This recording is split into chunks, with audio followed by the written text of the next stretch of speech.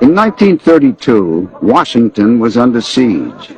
The capital was surrounded by over 10,000 unemployed veterans of World War I from all over the country. Their only assets were the bonus certificates they'd been given after the war, which promised a cash bonus sometime in the future. They needed it now.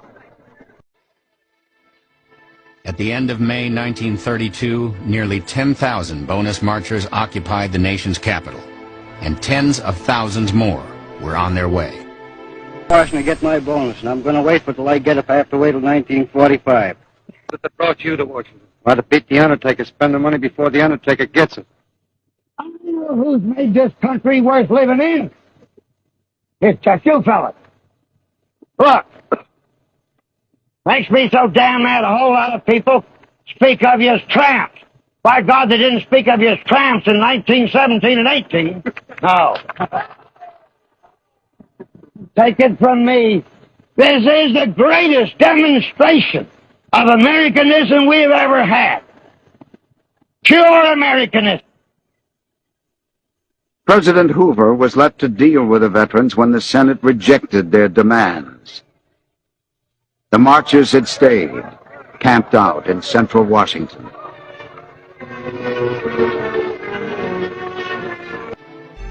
On July 16th, the last day Congress was in session, Washington was on edge. Thousands of angry veterans surrounded the Capitol. Near midnight, the 72nd Congress adjourned. Congressmen left through back doors and underground tunnels to avoid confrontations. The situation had come to a head. The President ordered the evacuation of the veterans from downtown Washington.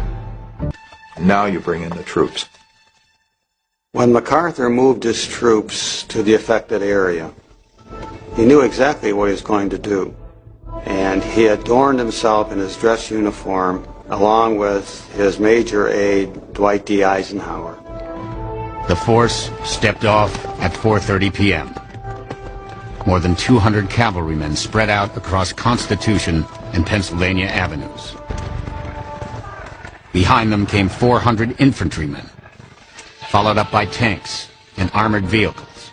The cavalrymen, one of whom is Major Patton, have got their sabers out. The soldiers donned gas masks and without warning began hurling gas grenades at the veterans. The troops advanced, some jabbing with bayonets. It's war, the greatest concentration of fighting troops in Washington since 1865. I knew something was going to happen, that we might be attacked. And I had a press card, so I passed the police lines, and then I saw the soldiers advancing into the camp. And when confronted with this, the men all stood there and said, "Stand firm as long as you can." And they started throwing tear gas. Tear gas was just burning my face. I was trailing behind my dad, and he kept hollering, "Come on, boy, come on, boy."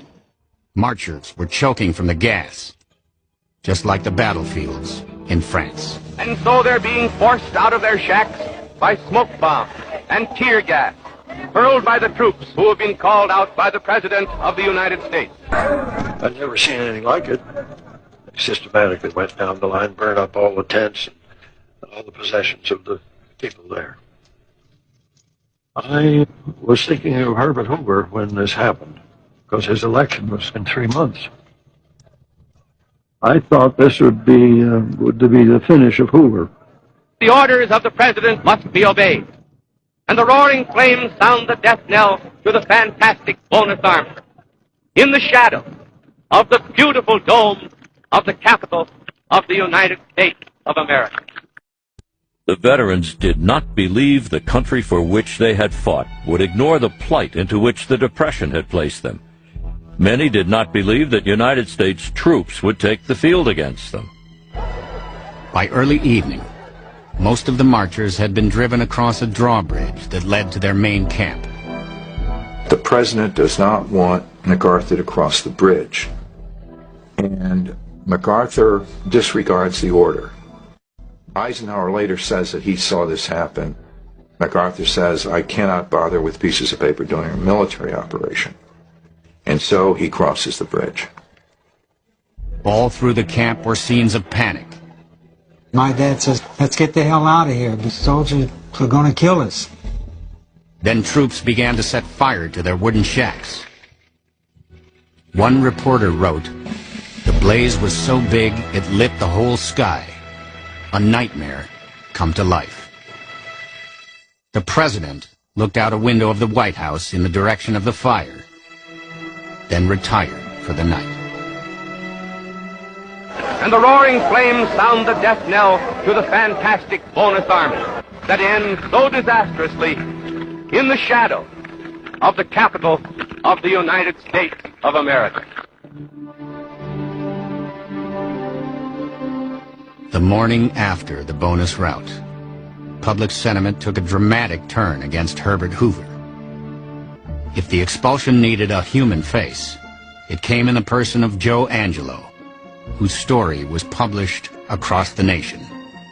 Joe Angelo gets the Distinguished Service Cross for saving Patton's life on the battlefield.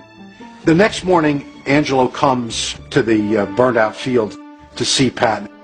And Patton says, take this man away, I don't want to see this man. The BEF was broken up.